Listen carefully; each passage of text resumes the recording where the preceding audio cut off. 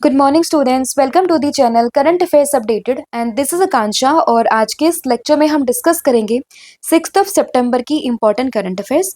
Lecture काफ़ी important होगा आपके सभी एग्जाम के पॉइंट ऑफ व्यू से, तो उसको एंड तक ज़रूर देखना है। और जितनी भी आपकी न्यूज़ बनती हैं 6 सितंबर से, उन सभी को हम कवर करेंगे आज के इस लेक्चर में। इसके अलावा 8 मंथ का जो कंटेंट है हमारे करंट अफेयर्स का, जिसमें आपको जनवरी से लेकर अगस्त 2025 का पूरा कंटेंट यहाँ पर मिलेगा, टॉपिक वाइज आप देख सकते हो। इसके लिए आपको व्हाट्सअप करना है 8815306208 पर। साथ ही में जो हमारा एप्लीकेशन है दैट इज देवाशीष क्लासेस, तो आप इसको भी इंस्टॉल कर सकते हो। यहाँ पर आपको हमारे सभी लेटेस्ट कोर्सेज पीडीएफ ये यहाँ पर आसानी से मिल जाएगा। एंड लास्ट 8 मंथ का सैंपल भी आप यहाँ पर देख सकते हो। आपको पूरी ई बुक इसी फॉर्मेट में मिलने वाली है। अब शुरू करते हैं लेक्चर एंड डिस्कस करते हैं फर्स्ट क्वेश्चन। लेकिन उससे पहले मैं आप सभी को थैंक यू बोलना चाहती हूँ। तो firstly thank you so much आप सभी की विशेष के लिए ऑन द टीचर्स डे, और काफ़ी अच्छा लगा मुझे। And again thank you so much, right. तो अब डिस्कस करते हैं फर्स्ट क्वेश्चन, जो कि रहेगा what is the name of the biggest anti Naxal operation conducted on the Karregutta hills along the Chhattisgarh Telangana border. तो छत्तीसगढ़ तेलंगाना बॉर्डर पे जो बिगेस्ट एंटी नेक्सल ऑपरेशन अभी हुआ है उसका नाम क्या है? तो उसका नाम होगा ऑपरेशन ब्लैक फॉरेस्ट, यानी कि ऑप्शन नंबर सी। ठीक है, तो ऑपरेशन ब्लैक फॉरेस्ट क्या है? तो कर्रेगट्टा हिल्स जो है छत्तीसगढ़ तेलंगाना बॉर्डर पर, तो वहीं पर एक एंटी नेशनल ऑपरेशन हुआ है अभी तक का सबसे बड़ा, और उसी को नाम दिया गया ऑपरेशन ब्लैक फॉरेस्ट, यानी कि ऑप्शन नंबर सी। और इसमें जो पर्सोनल थे सीआरपीएफ की, छत्तीसगढ़ पुलिस, साथ ही में district reserve guard and commando battalion for resolute action यानी कि कोबरा, तो इन सभी ने मिलकर यहाँ पे ये पूरा जो ऑपरेशन है उसको कंडक्ट किया है।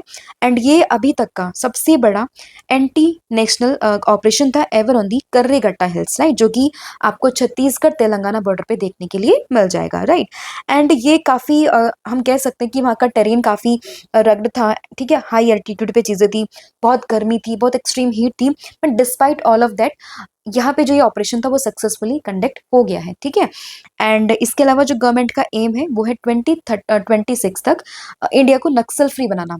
तो 31 मार्च 2026 तक इंडिया को नक्सल फ्री बनाना, ये हमारी गवर्नमेंट का एक एक क्या कह सकते हैं, एक एम है, ठीक है।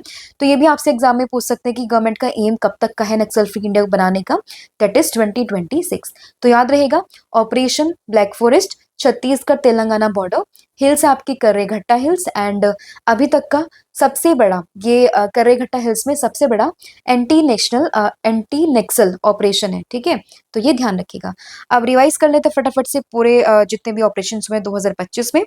तो बात करें ऑपरेशन फाल्कन की, तो राइनो पोचर्स को पकड़ने के लिए असम गवर्नमेंट ने शुरू किया था। ऑपरेशन अलर्ट की बात करें तो इंडिपेंडेंस डे से पहले राजस्थान बॉर्डर के अलोंग सिक्योरिटी पर्पस के लिए इसको शुरू किया गया था। ऑपरेशन ब्रह्मा की बात करें तो जो म्यांमार में अर्थक्वेक आई थी उसके लिए रिलीफ एक ये पूरा ऑपरेशन था। ऑपरेशन काला नेमी की बात करें तो उत्तराखंड गवर्नमेंट ने जो फेक सेंट्स होते हैं उनको पकड़ने के लिए इस ऑपरेशन की शुरुआत करी थी। एंड ऑपरेशन इंद्रावती, तो इसमें इवैक्यूएट्स हुए थे nationals from the Haiti to the Dominican Republic. फिर बात करें ऑपरेशन ओलिविया, ये रिलेट कीजिएगा ऑलिव टर्टल से, ऑलिव रिडले टर्टल से। ऑपरेशन स्पाइडर वेब, ये ड्रोन अटैक था जो कि किया था यूक्रेन ने। एंड ऑपरेशन राइजिंग लॉयन, तो ये किया था इसराइल ने ईरान पर, एंड फिर ईरान ने किया था इसराइल पर with the name of operation true promise 3। Operation Sindhu, तो इसमें इंडियंस नेशनल्स जो थे ईरान में वहां से उनको इवैक्यूएट किया गया। एंड ऑपरेशन मिडनाइट हैमर की बात करें तो यूएस लेड मिलिट्री स्ट्राइक थी कहाँ पर? ईरान की 3 न्यूक्लियर साइट्स पर, ठीक है। तो ऑपरेशन मिडनाइट हैमर भी आपको ध्यान रखना है। नेक्स्ट आपका क्वेश्चन है according to the recent studies which state has the lowest density of rosewood tree population in South India. तो साउथ इंडिया में सबसे कम यानी कि सबसे कम लोवेस्ट डेंसिटी अभी तक की किस स्टेट में है रोजवुड ट्रीज को लेकर? तो ये हो जाएगी तमिलनाडु में, that is option number A. तो तमिलनाडु में अभी तक अगर हम बात की, एक सर्वे हुआ है जिसमें कि जो तमिलनाडु में सबसे लोवेस्ट डेंसिटी देखी गई है रोजवुड ट्री पॉपुलेशन की, ठीक है।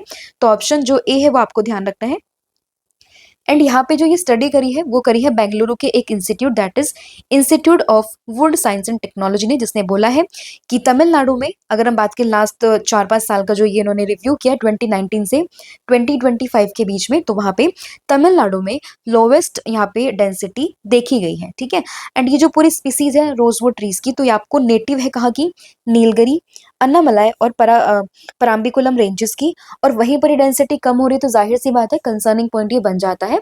तो इसमें आपको बस इतना ही ध्यान रखना है कि अकॉर्डिंग टू अ स्टडी जो रोजवुड की पॉपुलेशन है वो कहाँ पे कम हो रही है साउथ इंडिया में, that is in the Tamil Nadu. Right, next आपका क्वेश्चन रहेगा, लेकिन उससे पहले तमिलनाडु को डिस्कस कर लेते हैं।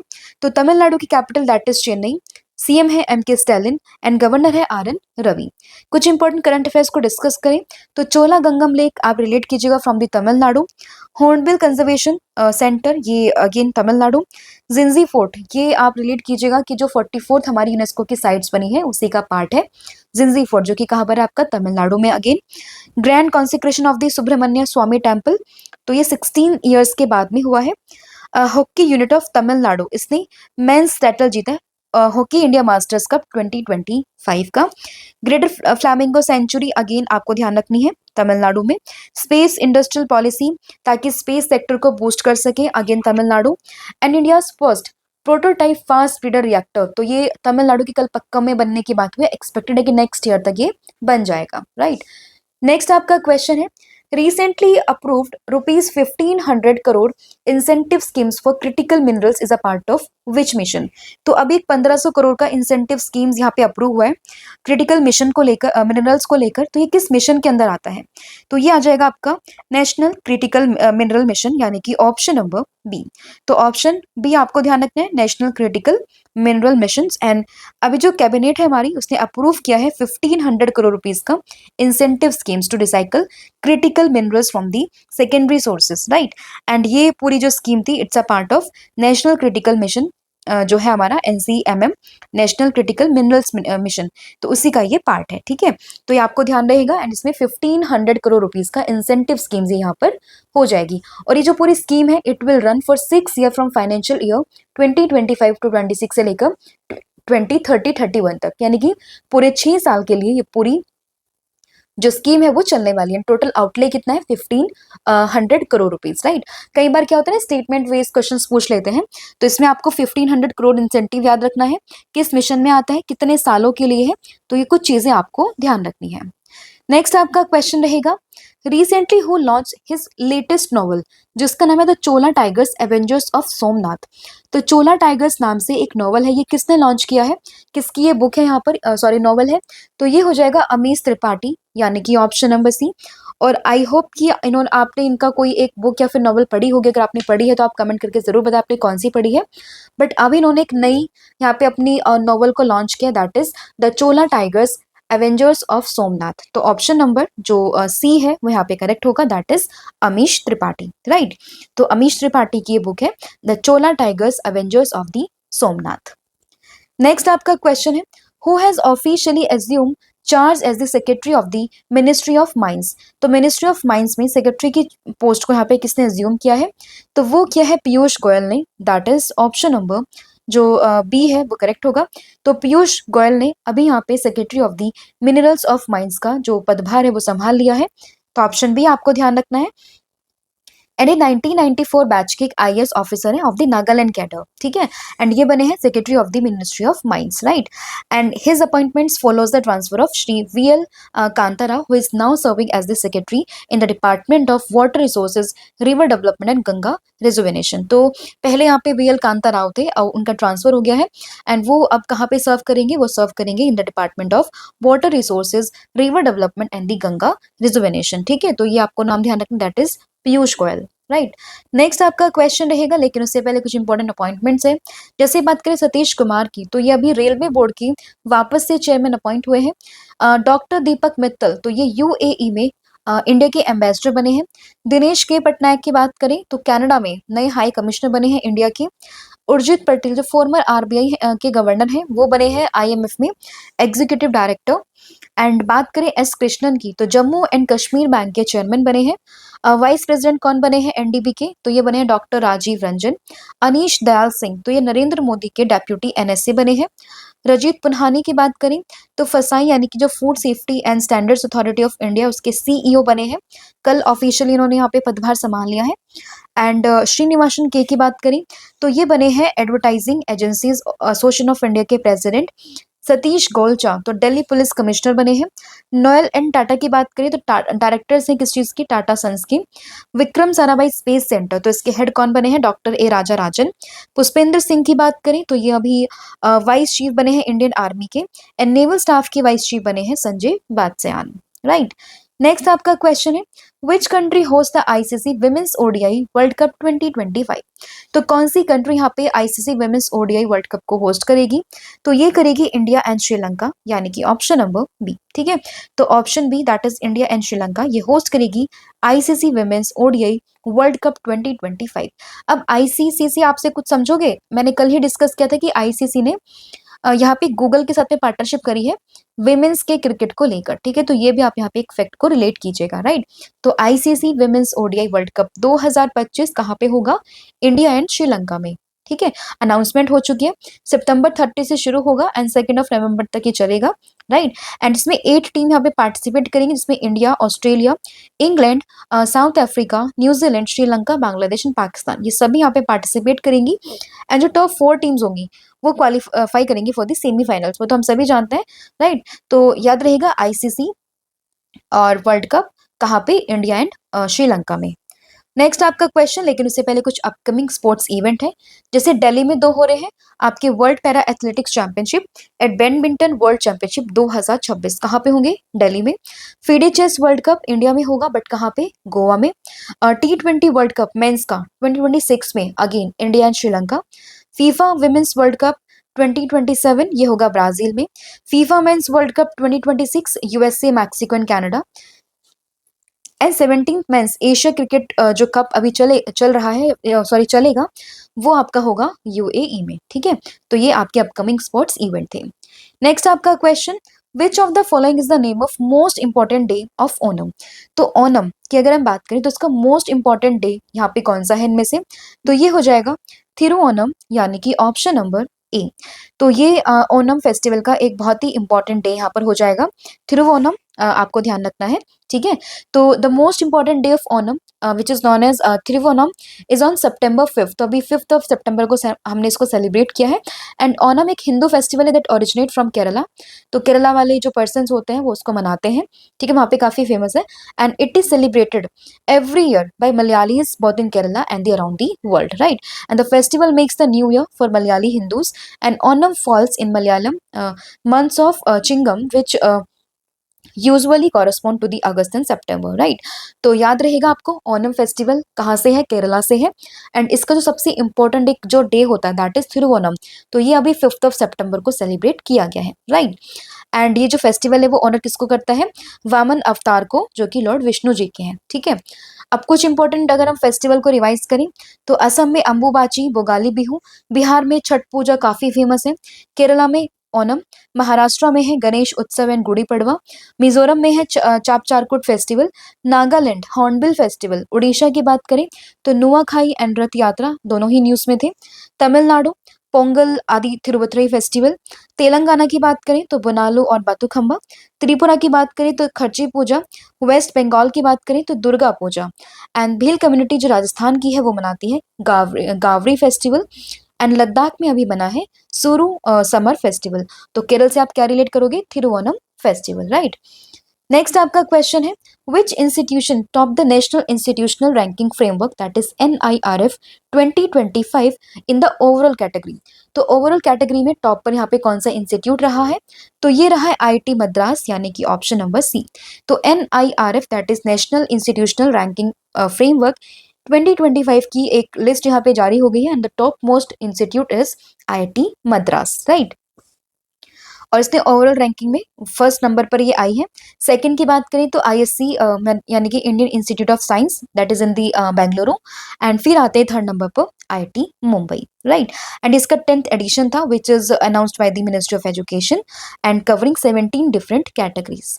ठीक है, और इन सभी कैटेगरीज में नंबर 1 पर कौन है? आईआईटी मद्रास, एंड इसको बेस्ट इंजीनियरिंग इंस्टीट्यूट में भी यहाँ पे रखा गया है। फिर बात करें आईएससी बेंगलुरु की, तो ये सेकंड नंबर पर आता है। और इसके अलावा बात करें इंदिरा गांधी, जो हमारी इग्नू जिसको शॉर्ट पे कहते हैं, इंदिरा गांधी ओपन यूनिवर्सिटी, ये नंबर 1 है in term of open universities category. Top 3 best colleges की बात करें तो दिल्ली का द हिंदू कॉलेज, इसके अलावा Miranda college and Hansraj college, तीनों ही कॉलेज दिल्ली के हैं एंड तीनों ही यहाँ पे बेस्ट कॉलेज की कैटेगरी में है।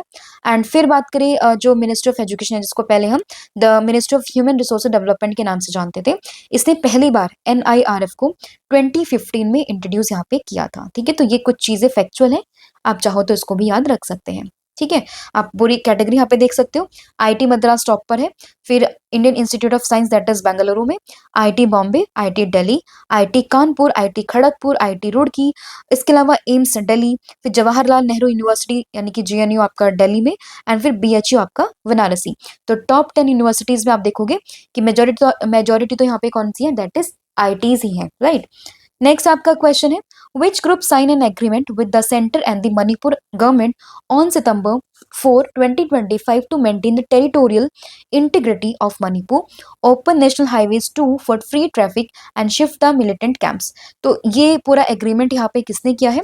तो वहां पे ग्रुप है मणिपुर में that is cookie Zo groups, जिसने यहाँ पर ये एग्रीमेंट किया है। तो ऑप्शन बी आपको ध्यान रखना है। एग्रीमेंट क्या है यहाँ पर? तो एग्रीमेंट ये है कि जो नेशनल हाईवे 2 है उसको ओपन कर दिया जाएगा, फ्री ट्रैफिक मतलब ट्रैफिक जो जाएगा वहां से उसको फ्री मतलब उस हाईवे को यहाँ पे खोल दिया जाएगा, एंड जो मिलिटेंट कैंप्स हैं उनको शिफ्ट किया जाएगा। ठीक है, तो ये बात की है किसने? कुकी जो ग्रुप ने, जो कि ये अभी एग्रीमेंट हुआ है centre and the Manipur government के बीच में, ठीक है, उनके साथ में, राइट। तो ऑप्शन जो बी है वो आपको ध्यान रखना है। तो सितंबर 4 2025 में a new agreement was sign between the centre, the Manipur government and the Kuki Zo group, तो तीनों के बीच में ये साइन हुआ है agreement. And in this agreement all parties agreed to maintain the territorial integrity of Manipur, open national highways 2 for free traffic, and shift the militant camps, right? And the agreement has been limbo since February 29, 2024 when the Manipur government withdrew from the agreement, ठीक है। And इसके अलावा बात करें तो ये जो पूरी मीटिंग थी यहाँ पे वो दिल्ली में हुई थी, एंड इसमें जो ग्रुप यहाँ पे इंपॉर्टेंट है वो हो जाएगा Kuki Zo groups, and Kuki Zo council है decided to open national highway 2 for free movement of the passengers and the essential commodities, right. तो कौन सा हाईवेज है, कौन सा ग्रुप है, किस किस के बीच में एग्रीमेंट हुआ है, कहाँ पर हुआ है, तो ये कुछ चीजें आपको जो है वहां पे ध्यान रखनी है। नेक्स्ट आपका question which is Asia safest country in the 2025 global peace index. तो ग्लोबल पीस इंडेक्स में एशिया की सेफेस्ट कंट्री यहाँ पर कौन सी है? तो ये हो जाएगी सिंगापुर, यानी कि ऑप्शन नंबर ए। हालांकि इस क्वेश्चन को मैं पहले डिस्कस कर चुकी हूँ, जिसमें इंडिया की रैंक कितनी है? 115, एंड एशिया में टॉप कंट्री कौन सी है? ये हो जाएगी सिंगापुर। एंड ग्लोबली बात करें तो टॉप पर आती है आइसलैंड, ठीक है। तो इंडिया 115 पर है आउट ऑफ 163, टॉप पर आएगी आइसलैंड। एंड एशिया की बात करें तो एशिया में टॉप पर आती है सिंगापुर, राइट। नेक्स्ट आपका क्वेश्चन रहेगा recently the royal Bhutan Buddhist temple was formally inaugurated in which city of Bihar. तो बिहार के किस सिटी में अभी रॉयल भूटान बुद्धिस्ट टेम्पल को फॉर्मली इनॉग्रेट किया गया है? तो ये हुआ है राजगीर में, यानी कि ऑप्शन नंबर डी। एंड मैं कई बार आपको बता चुकी हूँ कि इस बार बिहार से काफी सारी न्यूज है, ठीक है। तो याद रहेगा कि बिहार के राजगीर में एक रॉयल भूटान बुद्धिस्ट टेम्पल को फॉर्मली इनॉग्रेट किया गया है, that is option number D. So, in a ceremony marked by traditional Buddhist rituals, the Royal Bhutan Buddhist Temple was formally inaugurated in the Rajgir, Bihar on September 4, 2025. And ये जो पूरा event था यहाँ पे उसको लीड किया है किसने? भूटान के PM that is Tshering Tobgay ने, India's union minister for minority affairs यानी कि किरण रिजिजू जी ने, एंड अलोंग विद दैट काफी सारे ऑफिशियल्स थे एंड कुछ रिलीजियस लीडर्स थे फ्रॉम बोथ द कंट्रीज, वो सब लोग यहाँ पे आए एंड इसको फॉर्मली इन्होंने इनोग्रेट यहाँ पे किया है। कहाँ पे? राजगीर, बिहार में। नेक्स्ट आपका question recently in which states India's first virtual knowledge portal was launch.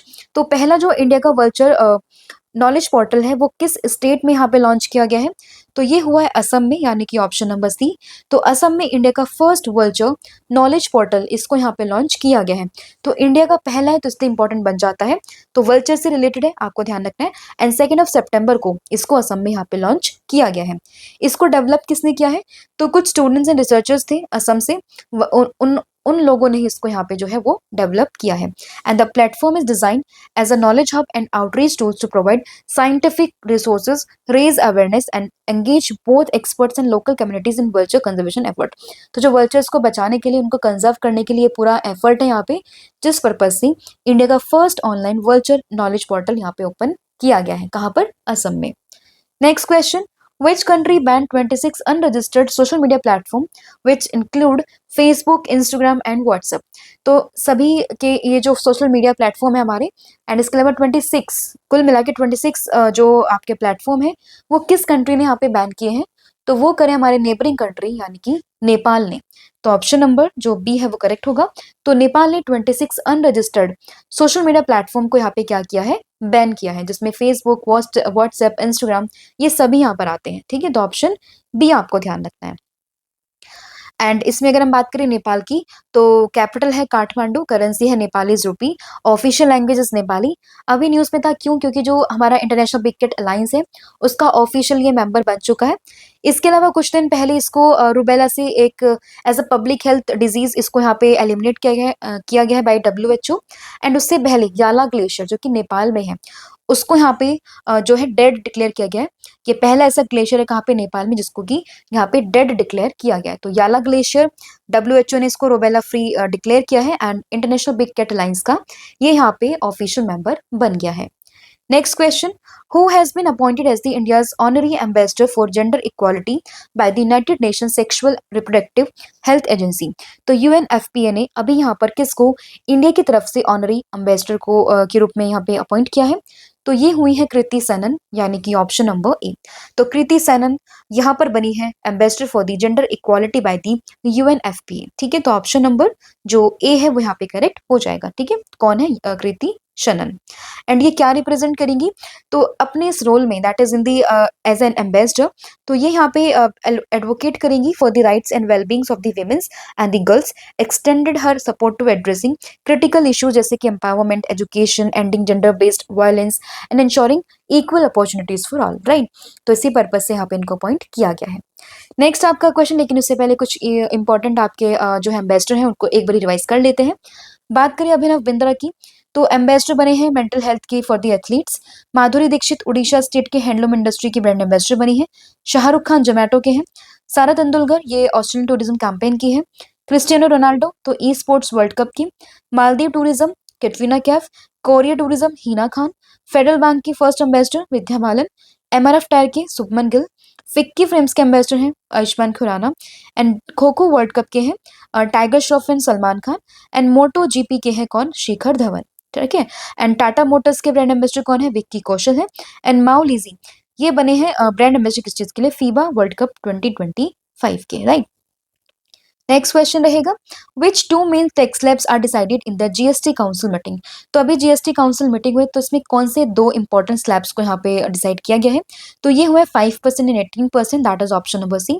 तो 5% एंड 18% यहाँ पे दो टैक्स स्लैब्स को डिसाइड किया गया है इन दी GST काउंसिल मीटिंग। तो ऑप्शन नंबर जो सी है वो आपको ध्यान रखना है। और जो पहले अर्लियर जो टैक्स स्लैब्स लाइक 12%, 28%, तो उनको रिमूव करके यहाँ पे इन दो स्लैब्स को यहाँ पे जो है इंट्रोड्यूस किया गया है। राइट, एंड इसमें क्या क्या चीजें हुई है? तो GST रिफॉर्म जो यहाँ पर हुए हैं तो उसमें कुछ जैसे आपके हाउस होल्ड एसेंशियल्स है लाइक सॉप, टूथपेस्ट, जो ब्रेड्स होती हैं, तो 5% या फिर उससे निल इनको किया गया है। इसके अलावा लाइफ सेविंग कुछ ड्रग्स थे, मेडिसिन थे, उनको 12% से रिड्यूस करके निल किया गया है। और या फिर 5% से इनको मेकिंग हेल्थ केयर अफोर्डेबल, ताकि हर कोई एक्सेस कर पाए। साथ ही में 2 व्हीलर्स या फिर जो स्मॉल कार्स थी, TVs, AC, सीमेंट कट, यहाँ पे इनको 28% से 18% तक लेके आए गए हैं। तो कुल मिला के काफ़ी सारे चेंजेस मिले हैं एंड आई होप इस बार अगर हम बात करें दिवाली पे काफ़ी अच्छी सेल भी होगी। माइट भी, क्योंकि इतना सारा टैक्स यहाँ पे कम हो गया है तो माइट भी पॉसिबल कि लोग बहुत ज़्यादा सामान खरीदें, ठीक है?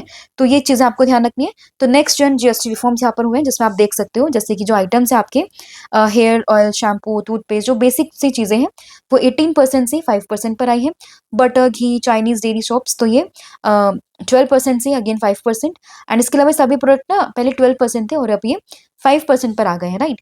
कुछ जैसे आपके relief in health care sector, like अगर हम बात करें individuals health and life insurance, thermometer, medical grade oxygen, तो पहले 18%, 12% थे, कितने हो गए हैं?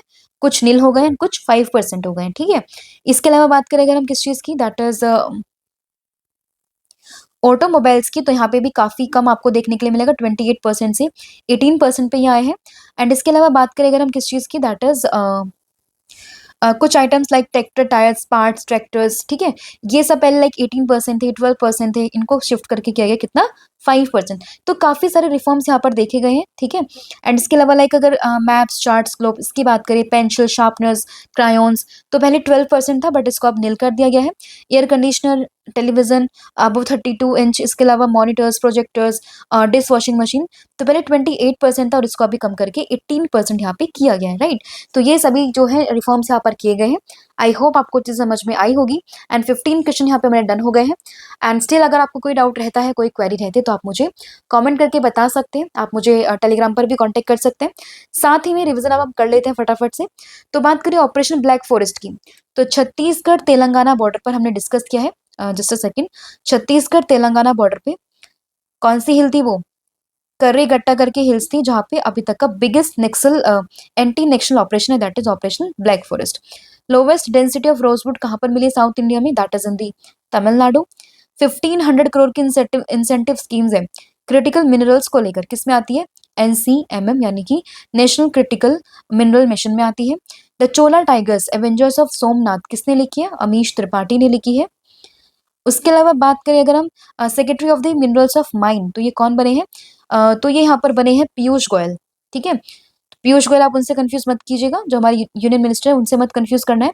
पीयूष गोयल करके एक अलग पर्सनालिटी है, जिनको कि मिनिस्ट्री ऑफ माइंस में सेक्रेटरी यहाँ पे बनाया गया है। ICC women's ODI world cup, ये कहाँ पर? इंडिया एंड श्रीलंका में, थ्रू ओनम, जो मोस्ट इंपॉर्टेंट एक डे होता है ओनम फेस्टिवल में, तो ये केरला से आप रिलेट कीजिएगा। कब बना है? 5 सितंबर को। NIRF की रैंकिंग आई है, जिसमें टॉप मोस्ट इंस्टीट्यूट कौन सा है? IIT मद्रास। कॉलेज की बात करें तो यहाँ पर हिंदू कॉलेज है। एंड ओपन यूनिवर्सिटीज की बात करें तो यहाँ पर आती है कौन सी? दैट इज आपकी इग्नू, ठीक है? फिर बात करें कुकी जो ग्रुप्स की, तो ये मणिपुर और ये सेंट्रल के बीच में एक पूरा यहाँ पे एग्रीमेंट हुआ, जिसमें कि NH2 की ओपन करने की बात की गई है। एंड जो यहाँ पे कैंप्स होते हैं, इनके मिलिटेंट कैंप, उनको यहाँ से हटाने की बात की गई है, राइट? 2025 का ग्लोबल पीस इंडेक्स टॉप पर है कौन सी कंट्री? आइसलैंड। इंडिया है 115 पर। एंड एशिया में टॉप पर कौन है? दैट इज सिंगापुर, ठीक है? रॉयल भूटान बुद्धिस्ट टेम्पल की बात करें तो ये अभी कहाँ पे इनॉग्रेट हुआ है? राजगीर यानी कि बिहार में। India's first virtual knowledge portal कहाँ पर? तो ये हुआ है आपका inaugurate, that is in Assam. 26 unregistered social media platform, ये कहाँ पर बैन हुए हैं? तो ये बैन हुए हैं आपके नेपाल में। इसके अलावा India's honorary ambassador for gender equality, तो ये कौन बनी है? तो ये बनी है कृति सनन, ठीक है? तो इनका नाम भी ध्यान रखना है। फिर बात करें GST काउंसिल्स मीटिंग में, तो इसमें दो जो है टैक्स स्लैब्स की बात की गई, दैट इज 5% की एंड 18% की, ठीक है? तो ये आपको ध्यान रखना है इसमें GST काउंसिल मीटिंग में, जो मैंने आपको बता दी कि कहाँ कहाँ कितने कितने चेंजेस हुए हैं। तो आप देखोगे कि मोस्ट ऑफ द चीज़ें जो यहाँ पे है ना, तो वो आपको एक सेकेंड, वो आपको यहाँ पे 5% या फिर 18% या फिर नील ही आपको देखने के लिए मिलेगी, ठीक है? तो 5 एंड 18% आपको ध्यान रखना है। इसके अलावा कल मैंने आपसे पूछा था कि what is the name of India's first fully indigenous 32-बिट माइक्रो प्रोसेसर, तो इसका नाम था विक्रम 3201। एंड आज आपने बताना है कि who has been appointed as the next ambassador of India to UAE, तो ये कौन बने? इसका आंसर भी आपने मुझे कमेंट करके बताना है, ठीक है? एंड इसके अलावा सीए का रिविजन हम कर लेते हैं फटाफट से। तो वृंदावनी वस्त्र की बात करें न्यूज़ में, क्योंकि अभी असम में ये आने की बात हुई है from the British museum, and इसको रिलेट कीजिएगा लॉर्ड कृष्णा जी से। प्राइम मिनिस्टर लॉरेंस वॉक कहाँ के? सिंगापुर के, इंडिया पे आए हैं, इंडिया में आए हुए हैं। सफीना हुसैन की बात करें, एजुकेट गर्ल्स जो एक फाउंडेशन है उसकी हेड है ये, एंड इन्हें ही अभी इस बार का रमन मैग्सेसे अवार्ड भी दिया गया है। कपास किसान ऐप कॉटन के लिए किसने लॉन्च किया? गिरिराज सिंह ने लॉन्च किया है। नेशनल टीचर्स डे कब मनाते हैं? 5 सितंबर को मनाते हैं नेशनल टीचर्स डे। आपने बताना है डच ग्रैंड प्रिक्स किसने जीती है?